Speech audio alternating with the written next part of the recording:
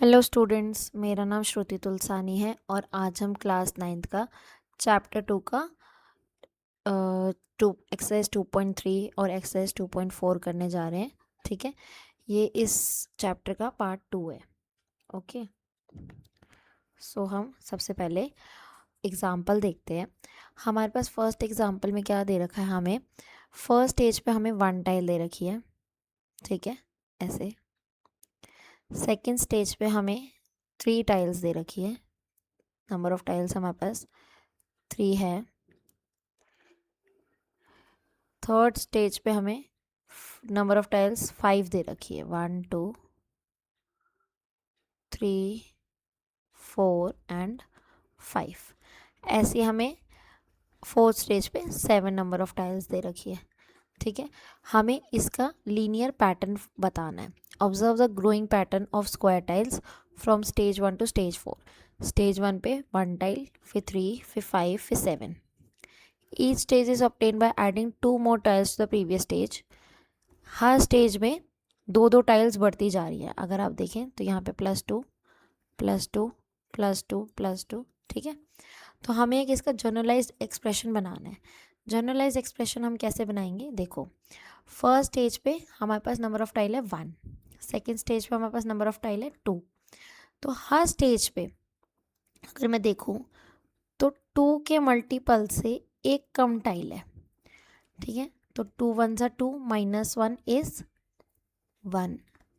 ठीक है, second stage पे सेकेंड स्टेज पे सेकेंड टर्म, तो 2 multiply by 2 -1 which is 4 -1 3। 2 third stage पे 2 मल्टीप्लाई बाय 3 -1 विच इज़ 6 -1 5। ऐसे हमारे पास हर स्टेज पे, अगर हम बोले nth स्टेज की बात करें हम, तो मेरे पास नंबर ऑफ टाइल्स होगी 2n -1। ठीक है, अच्छा, अगर हम इसको और किसी तरीके से करके देखें तो हमने यही जनरलाइज्ड फॉर्म क्यों बनाई, हमने ऐसे क्यों नहीं किया कि हम फर्स्ट स्टेज को 1 मानते और हर स्टेज पे 2 ऐड करते रहते। हम इसको ऐसे भी बना सकते हैं, देखो। तो फर्स्ट स्टेज पे हमारे पास नंबर ऑफ टाइल्स 1 होती, तो हम इसको 2 इंटू 0 करते। सेकेंड स्टेज पे हम करते 1 + 2 इंटू 1, तो ये जाता 1 + 2 विच इज़ 3। थर्ड स्टेज पे हम क्या करते, 1 + 2 इंटू 2। एक सेकेंड में इसको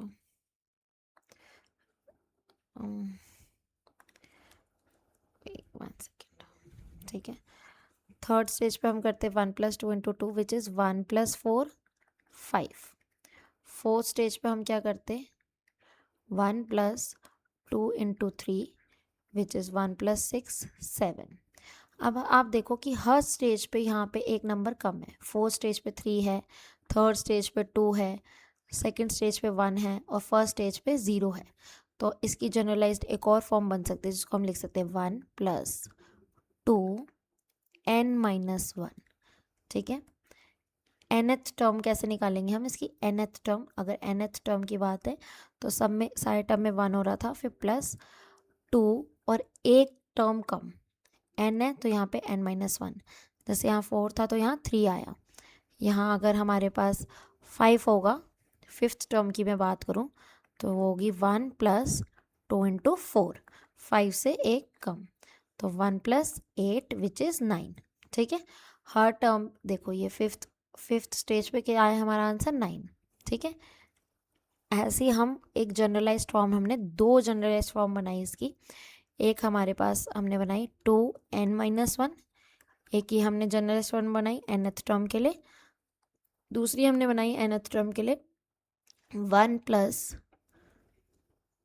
2n -1। ठीक है, हमने 2 जनरलाइज्ड फॉर्म बनाई। अगर हम इसको सॉल्व करें तो ये यही आ जाएगी। अगर हम इसको सॉल्व करके देखें तो ये हो जाएगा 1 + 2, इससे भी इंटू होएगा और इससे भी इंटू होएगा, 1 + 2n -2। तो मैं इसको लिख सकती हूँ 2n -2 और ये 1 मैंने यहाँ लिख दिया +1, माइनस प्लस माइनस, तो 2n -1। हमने जनरलाइज फॉर्म ऐसे भी बना के देख लिया और ऐसे भी, तो हमारा आंसर सेम ही आ रहा है, देखो दोनों से 2n - 1। अब हम नेक्स्ट क्वेश्चन करते हैं,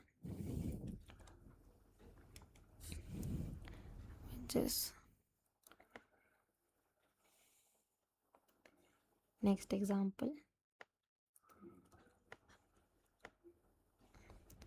नेक्स्ट एग्जाम्पल हमारे पास है, Bela has ₹100 for her pocket money, she spends ₹5 every day.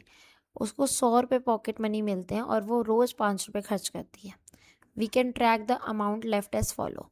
हम कैसे उसका ट्रैक कर सकते हैं? 0 डे पे उसके पास 100 रुपीज़ है, फर्स्ट डे पे उसने 5 रुपीज़ खर्च किए, 5 का फर्स्ट मल्टीपल। सेकेंड डे पे उसने फिर से 5 रुपीज़ खर्च किए, तो वो दोनों दिन को मिला के 10 रुपीज़ खर्च कर चुकी है। थर्ड डे पे उसने वापस 5 रुपीज़ खर्च किए, तो वो तीनों दिन को मिला के 15 रुपीज़ खर्च कर चुकी है। तो हम इसकी एक जनरलाइज्ड हमें इक्वेशन बनानी है, तो हम कैसे बनाएंगे? हमारा क्वेश्चन है, what amount will be left on 15th day. 15th day पे कितना अमाउंट बचेगा? How many days will it take to for the entire amount to be spend. और पूरा अमाउंट कितने दिन में स्पेंड हो जाएगा, ठीक है। तो 50, अगर हम इसकी एक जनरलाइज्ड इक्वेशन बनाएं तो ये बनेगी, फर्स्ट डे पे 100 - 5 × 1, ठीक है, विच इज़ 100 - 5 95। सेकेंड डे पे 100 - 5 × 2, which is 100 - 10, which is 90। Third day पे 100 - 5 × 3। ऐसे ही nth डे पे 100 - 5 × n, ठीक है। nth डे पे इतना हमारे पास बचेगा, ठीक है। अब आप एक देखिए, हमने 15th डे का निकालना है। 15th डे का हम कैसे निकालेंगे? हमें निकालना है 15th डे का, तो ये हो जाएगा 100 - 5 × 15, क्योंकि जो हमारी टर्म है वही यहाँ पे मल्टीप्लाई हो रहा है। फर्स्ट टर्म में 1, सेकेंड टर्म में 2, थर्ड टर्म में 3, nth टर्म में n। तो 50th टर्म में 15 मल्टीप्लाई होगा, तो हमारे पास आ गया 100 - 75। 5 5 से 25, 5 1 से 5 75। 100 - 75 15th डे पे आएगा। 100 - 75 क्या होता है? 25। तो 15th डे पे उसके पास कितने पैसे बचे? 25। अब इसने हमसे पूछा कि कौन से दिन पे जो है वो पैसे ख़त्म हो जाएंगे, ठीक है, कौन से दिन पे पैसे ख़त्म हो जाएंगे। तो हमने लिखा, सपोज कि nth डे पे पैसे ख़त्म हो जाएंगे, ठीक है। तो ये हो जाएगा 100 - 5 × n, ठीक है, इक्वल टू 0 रुपीज़ बचेंगे। तो क्या हो जाएगा? ये 100, ये यहाँ ये वाली टर्म यहाँ पे माइनस हो रही है, तो यहाँ जाके क्या हो जाएगी? प्लस। जो भी इक्वल टू के यहाँ पे माइनस हो रहा है वो यहाँ जाके प्लस, प्लस वाला माइनस, मल्टीप्लाई वाला डिवाइड, और डिवाइड वाला इक्वल टू के इधर जाके मल्टीप्लाई। तो ये हो जाएगा 5n, 5 यहाँ मल्टीप्लाई हो रहा है, यहाँ जाके डिवाइड, तो 100 / 5 इक्वल टू n। 5 1 ज़ा 5, 2 ज़ा 10, 20। तो nth टर्म क्या आ गई मेरे पास? 20th। तो मतलब 20th डे पे उसके पास पैसे ख़त्म हो जाएंगे। 20 डे तक वो हर रोज़ 5 रुपये खर्च करेगी और लास्ट डे पे उसके पास 0 रुपीज़ बचेंगे, ठीक है।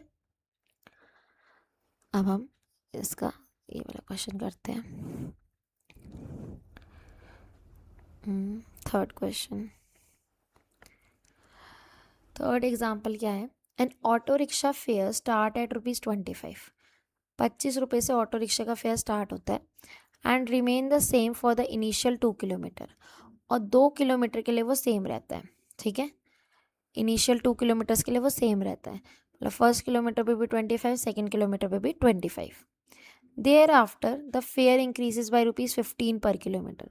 उसके बाद हर किलोमीटर का 15 रुपये बढ़ता रहता है। The fair layout is tracked below, ठीक है। अब हम इसका फेयर लेआउट कैसे ट्रैक करेंगे?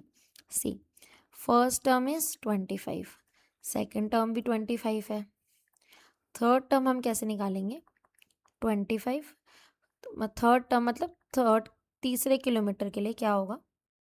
25 प्लस 15 इंटू 1, एक किलोमीटर बढ़ा तो 15 रुपीज़ बढ़ गए, ठीक है। उसने बोला 2 किलोमीटर के बाद हर किलोमीटर पे 15 रुपये बढ़ेंगे। तो 2 किलोमीटर के बाद ये 3 किलोमीटर है, तो this is 2 kilometre plus 1 kilometre, 2 kilometre तक 25 रुपये रहे, फिर हर किलोमीटर के लिए 15 रुपये बढ़े। तो 25 प्लस 15 इज 40, ठीक है। 4 किलोमीटर के लिए क्या होगा, 25 प्लस 2 किलोमीटर के हिसाब से 15 इंटू 1, 15 इंटू 2, 2, ठीक है।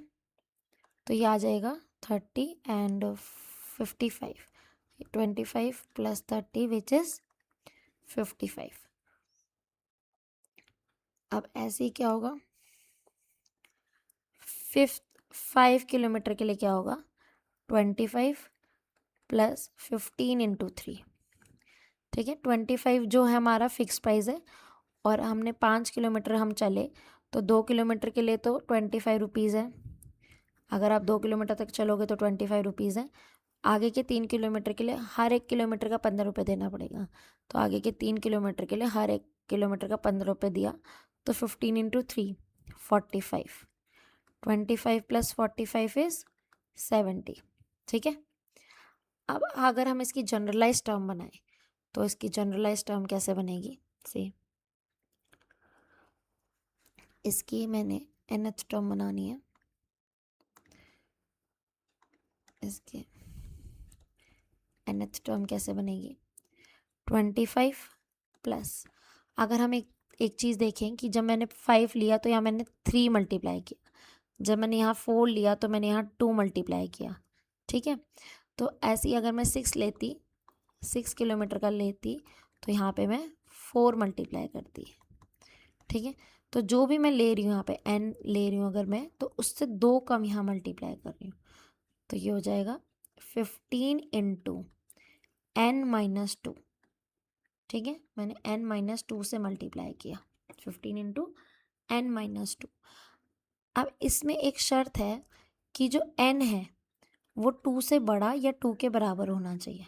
क्यों है ये शर्त, क्योंकि अगर मैं फर्स्ट टर्म इससे निकालने लग गई, ठीक है, फर्स्ट टर्म इससे निकाल लूँगी मैं, तो मेरे पास n क्या है 1, 1 माइनस 2 क्या हो जाएगा -1, तो ये हमारी इक्वेशन गलत हो जाएगी।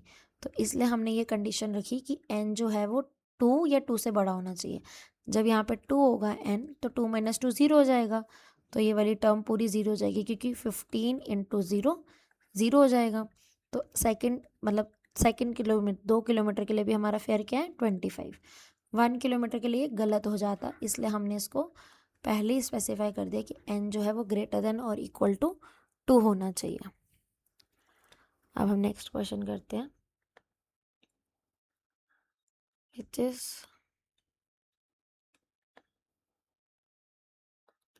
Question number 1 of exercise 2.3। Second, a student has ₹500 in a saving account. एक स्टूडेंट के पास 500 रुपये अपने सेविंग अकाउंट में। शी गेट्स ₹150 एवरी मंथ, और उसको हर महीने 150 रुपये पॉकेट मनी मिलती है। How much money will she have eight the end of every month from the second month. Second month से उसका कितने कितने पैसे होने लग जाएंगे। हमें इसके ऊपर एक लीनियर एक्सप्रेशन बनाना है to represent the amount she will have in the nth month. nth month में उसके पास कितना अमाउंट होगा, तो फर्स्ट मंथ में उसके पास अमाउंट होगा 500 प्लस 150 इंटू 1, क्योंकि उसको हर महीने 150 रुपये मिले। शुरू में उसके पास 500 रुपीज़ थे, तो 500 यहाँ रखा मैंने, और 150 रुपये जो मिले उसको मैंने प्लस कर दिया, तो ये क्या आ गया मेरे पास 650। सेकेंड मंथ में उसके पास हुए 500 प्लस 150 इंटू 2, ठीक है। फर्स्ट मंथ के 150 है, सेकेंड मंथ के 150, तो 2 बार 150 से मल्टीप्लाई कर दिया 300, तो ये हो गया 500 प्लस 300 विच इज़ 800, ठीक है। ऐसे ही हमारा थर्ड मंथ में क्या हो जाएगा 500 प्लस 150 इंटू 3। आप देखोगे कि थर्ड टर्म है तो मैंने 3 से मल्टीप्लाई किया, सेकेंड टर्म है 2 से किया, फर्स्ट टर्म है 1 से किया, तो nth टर्म के क्या होगा 500 प्लस 150 इंटू n, तो ये आ जाएगा 500 प्लस 150n। ये क्या आ गई हमारी nth टर्म, nth मंथ में उसके पास इतने पैसे होंगे। ठीक है, ये हमारा क्वेश्चन खत्म हुआ। नेक्स्ट क्वेश्चन करते हैं। Question number 2, a rally starts with 120 members. 120 members के साथ रैली स्टार्ट हुई। ठीक है, एक रैली स्टार्ट हुई। Each hour 9 members drop out of the group. हर घंटे 9 लोग उसमें से निकल जाते हैं। ठीक है, how many members will remain after 1 2 3 hours. First hour के बाद, सेकेंड आवर के बाद, थर्ड आवर के बाद कितने मेंबर्स रह गए, ये हमें निकालना है। Find a linear expression to represent the numbers of member at the end of nth hour. nth hour में कितने मेंबर्स बचेंगे, ये हमें निकालना है। तो देखो हमारे पास सबसे पहले कितने मेंबर्स थे, 120। पहले घंटे में कितने चले गए, फर्स्ट आवर 120 माइनस 9 इंटू 1। एक घंटे हुआ था तो 9 ही लोग गए, तो कितने बचे हमारे पास, 111। ठीक है, सेकेंड आवर में कितने गए, 120 माइनस 9 इंटू 2, 9 2 ज़ा 18, तो 120 माइनस 18 इज 102। थर्ड आवर में हमारे पास से मेंबर गए 120 minus 9 into 3 which is 120 minus 27 which is 93। तो हमने फर्स्ट सेकेंड थर्ड आर का निकाल लिया। अब हम nth आर का निकालेंगे। nth आर में देखो, थर्ड आर में मैं 3 से मल्टीप्लाई किया, सेकेंड आर में मैंने 2 से किया, फर्स्ट आर में मैंने 1 से किया, तो nth आर में मैं n से करूँगी। Minus 9 into n which is 9n, तो 120 माइनस 9n। nth आर में मेरे पास इतने मेंबर्स बचेंगे। ठीक है, नेक्स्ट क्वेश्चन हम देखते हैं। Question number 3, suppose the length of a rectangle is 13 centimetre. हमने सपोज किया कि रेक्टेंगल की लेंथ कितनी है, 13 सेंटीमीटर। ये हमारे पास रेक्टेंगल है, इसकी लेंथ है हमारे पास 13 centimetre. Find the area if the breadth is 12 centimetre. हमें एरिया निकालना है। अगर ब्रेथ है हमारे पास 12, ब्रेथ है हमारे पास 10 और ब्रेथ है हमारे पास 8। ठीक है, ये देखो, ये जो ब्रेथ है ये 2 2 से डिक्रीज कर रही है। ठीक है, -2 -2। Find the linear pattern representing the area of rectangle. हमें पैटर्न फाइंड करना है इसमें। ठीक है, तो एरिया हमें निकालना है फर्स्ट, कि अगर हमारे पास ब्रेथ है 12, length being the same, length same रहेगी। ठीक है, तो 13 इंटू 12 विच इज़ 6 और 5 एंड 1, 156। तो हाँ, 156। तो हमारे पास आ गया इसका एरिया 156 सेंटीमीटर स्क्वायर। अगर हमारी ब्रेथ है 10, तो ये आ गया हमारे पास 130, और ब्रेथ है 8, तो 13 8 ज़ा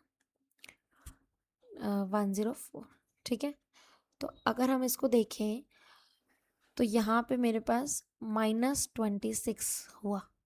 ठीक है, मैंने 156 में से अगर -26 करूँगी तो 130 आएगा। यहाँ पे भी -26 हुआ। ठीक है, तो हमें ये पैटर्न फाइंड करना था। देखो एरिया, अगर मैंने ब्रेथ 2 2 से डिक्रीज कर रही हूँ, if I decrease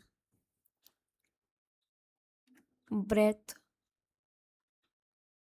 by 2 centimetre, 2 centimetre से मैं ब्रेथ डिक्रीज कर रही हूँ, so the area will decrease by 26 centimetre square. तो 26 सेंटीमीटर स्क्वायर से क्या हो जाएगा, एरिया डिक्रीज होता रहेगा। ठीक है, 2 2 से ब्रेथ डिक्रीज कर रही हूँ, तो एरिया मेरा 26 सेंटीमीटर स्क्वायर से डिक्रीज होता रहेगा। ये हमारा रिलेशनशिप बना। क्वेश्चन नंबर 4 देखते हैं। Suppose the length of a rectangular box is 7 centimetre. एक रेक्टेंगुलर बॉक्स है, उसकी लेंथ है 7 सेंटीमीटर और ब्रेथ है 11 सेंटीमीटर। ठीक है, find the volume if the height is 5 9 and 13। देखो यहाँ पे हम हाइट को 4 सेंटीमीटर से बढ़ा रहे हैं, यहाँ पे भी मैंने हाइट को 4 सेंटीमीटर से बढ़ाया। तो हमें इसका फिर से लीनियर पैटर्न फाइंड करना है। तो वॉल्यूम ऑफ रेक्टेंगल होता है length into breadth into height. Length इसने हमें बताई 7, ब्रेथ बताई 11 और हाइट बोली पहले 5, फिर 9, फिर 13 और इसके वॉल्यूम का हमें रिलेशन फाइंड करना है। तो वॉल्यूम पहले कितनी थी जब हमारी हाइट 5 थी, तो वॉल्यूम है 7 इंटू 11 इंटू 5, तो ये हो गया 7 5 35 और इसको जब 11 से मल्टीप्लाई करेंगे तो 5, 8 एंड 3, 385 सेंटीमीटर क्यूब। वॉल्यूम जब हमारे पास लेंथ हाइट है 9, ठीक है, तो 7 इंटू 11 इंटू 9, यही है ना, हाँ, 7 9 63, तो यह जाएगा 3 + 9 ये 693 सेंटीमीटर क्यूब। वॉल्यूम जब हमारे पास हाइट है 13, 7 इंटू 11 इंटू 13, 7 3 21, 7 7 8 91, 91 इंटू 11 कितना आएगा 1 और 10 और 9 1001, ठीक है। अगर हम इसके बीच में रिलेशनशिप फाइंड करने जाएं तो हमारा क्या आएगा 7 4 28, 10 और 308 प्लस करूँगी तो आएगा 693 में से हम 385 को माइनस करके देखते हैं, तो ये आ जाएगा मेरे पास 308। और हम इन दोनों को भी माइनस करके देखते हैं, तो 1001 को 693 से मैं माइनस करूँगी तो क्या आ रहा है मेरे पास, ये 0 बन गया, 9 9 और ये हो गया 11, 11 में से 3 गए 803। तो मेरा जो वॉल्यूम है 4 सेंटीमीटर बढ़ाने से 308 सेंटीमीटर क्यूब बढ़ रहा है, ठीक है। अब अगर हम इन दोनों क्वेश्चन को देखें बहुत ध्यान से, ठीक है, तो जैसे ही इसमें हमारा एरिया हमारी ब्रेथ 2 से डिक्रीज हुई तो लेंथ इंटू ब्रेथ क्या होता है, एरिया होता है। तो हमारी ब्रेथ किससे डिक्रीज हुई 2 से और लेंथ क्या थी 13, तो हमारा डिफरेंस क्या आ रहा था 26। लेंथ डिक्रीज हो रही थी तो एरिया 26 सेंटीमीटर से डिक्रीज हो रहा था, क्योंकि लेंथ इंटू ब्रेथ एरिया होता है, ब्रेथ 2 से डिक्रीज हो रही थी, लेंथ बीइंग द सेम 26 से डिक्रीज होने लग गया हमारा एरिया। ऐसे ही मैंने यहाँ पे 308 निकाला। सी ये 308 मैंने कैसे निकाला कि हमारी लेंथ और ब्रेथ सेम थी, 7 इंटू 11, 7 इंटू 11 क्या होता है, पहले ये देखो हमारा 4 से एरिया क्या हाइट क्या हो रही थी, इंक्रीज हो रही थी, तो मैंने इसको 4 से इंटू किया, 7 4 28 एंड 28 इंटू 11 होता है 308, ठीक है, 308 होता है। तो यहाँ पे हमारा 308 से ही जो वॉल्यूम है वो इंक्रीज हो रहा था, ये हमारा लीनियर रिलेशनशिप बना, ठीक है। लास्ट में आप लास्ट तक बने रहना, मैं आपको एक ट्रिक सिखाऊंगी 11 से मल्टीप्लाई करने की जो मैंने यहाँ यूज़ करी है। Sarita is reading a book of 500 pages. Sarita एक बुक पढ़ रही थी 500 पेजेस की। She reads 20 pages every day. वो हर रोज 20 पेज पढ़ती है। How many pages will be left after 15 days. 15 दिन के बाद कितने पेजेस रह जाएंगे। Express this as linear pattern, ठीक है। सी उसके पास 500 टोटल पेजेस है, वो फर्स्ट डे 20 पेज पढ़ती है, तो उसके पास कितने रिमेन रह गए 500 minus 20 which is 480। First day equal to second day 500 pages पढ़ती थी, तो 500 में से 20 इंटू 2 माइनस करेंगे। फर्स्ट डे 20 पढ़े, सेकेंड डे 20 पढ़े, तो टोटल 40 पेजेस पढ़ लिए सेकेंड डे तक, तो 500 minus 40 460। Third day 500 minus 20 into 3 which is 500 minus 60, तो 440 पेजेस लेफ्ट, ठीक है। तो 15 डेज के बाद कितने पेजेस लेफ्ट होंगे। फर्स्ट डे पे फर्स्ट 1 से इंटू किया, सेकेंड डे पे सेकेंड से, थर्ड डे पे थर्ड से, तो 15th डे पे 15 से इंटू करेंगे 500 माइनस 20 इंटू 15, ठीक है। तो यह क्या हो जाएगा, सॉरी इंटू नहीं, यहाँ माइनस आएगा, 500 माइनस 300, तो 15th डे के बाद कितने पेजेस रह गए? 200 पेजेस लेफ्ट। ठीक है, हमने एक एक्सप्रेशन फॉर्म किया। अगर हम nth डे की बात करें तो nth डे पे कितने पेजेस रह जाएंगे? 500 minus 20 into n which is 500 minus 20n, इतने पेजेस रह जाएंगे nth डे पे। ठीक है, अगर उसने ये पूछा होता कि कितने पढ़ लिए तो हम 500 से माइनस नहीं करते, नॉर्मल हम बोलते फर्स्ट डे पे उसने पढ़े 20 इंटू 1 पेज, मतलब 20 पेज। सेकेंड डे पे उसने पढ़ा 20 इंटू 2, थर्ड डे पे 20 इंटू 3 और nth डे पे 20 into n which is 20n। ठीक है, उसने पूछा था हमसे लेफ्ट, तो इसलिए हमने 500 से माइनस किया। अगर अब उसका नेक्स्ट, अब हम नेक्स्ट जो हमारा नेक्स्ट एक्सरसाइज है वो हम नेक्स्ट क्लास में करेंगे, नहीं तो वीडियो बहुत लंबी हो जाएगी। हाँ, अब मैंने आपको बोला था कि मैं आपको 11 से डिविजिबिलिटी मल्टीप्लिकेशन सिखाऊंगी ईजियर मेथड से, वो मैं आपको करा देती हूँ। अगर हमारे पास कोई भी नंबर है जिसको हमें 11 से मल्टीप्लाई करना है, ठीक है, तो हम क्या करेंगे, लास्ट नंबर लिखेंगे एज इट इज़ 3। अब हम इस दोनों को प्लस करेंगे, 4 + 3 = 7, और फिर हम 4 को एज इट इज़ लिख देंगे। अगर हमारे पास कोई बड़ा नंबर है, सपोज दिस, इसको हमें 11 से मल्टीप्लाई करना है, तो हम क्या करेंगे, फर्स्ट नंबर लिखा 3, फिर 9 + 3 12, तो 12 में 2 हमने लिख दिया यहाँ पे, 1 कैरी इन माइंड, एक को हमने माइंड में कैरी कर लिया। 9 + 3 दोबारा से 12, 12 और ये एक कैरी 1, 13, 13 का हमने 3 लिखा, एक हमने दिमाग में कैरी किया।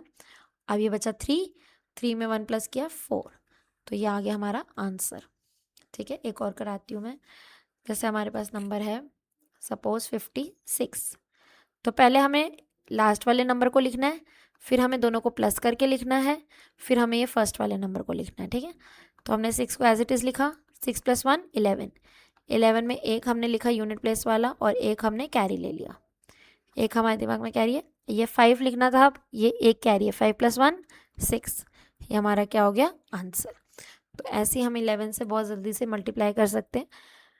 Thank you for watching my video. अगर आपको कोई भी क्वेरी हो, कोई भी डाउट हो, तो आप मेरे को कमेंट में बता सकते हैं, मैं आपके कमेंट का ज़रूर आंसर करूँगी। Thank you, bye bye.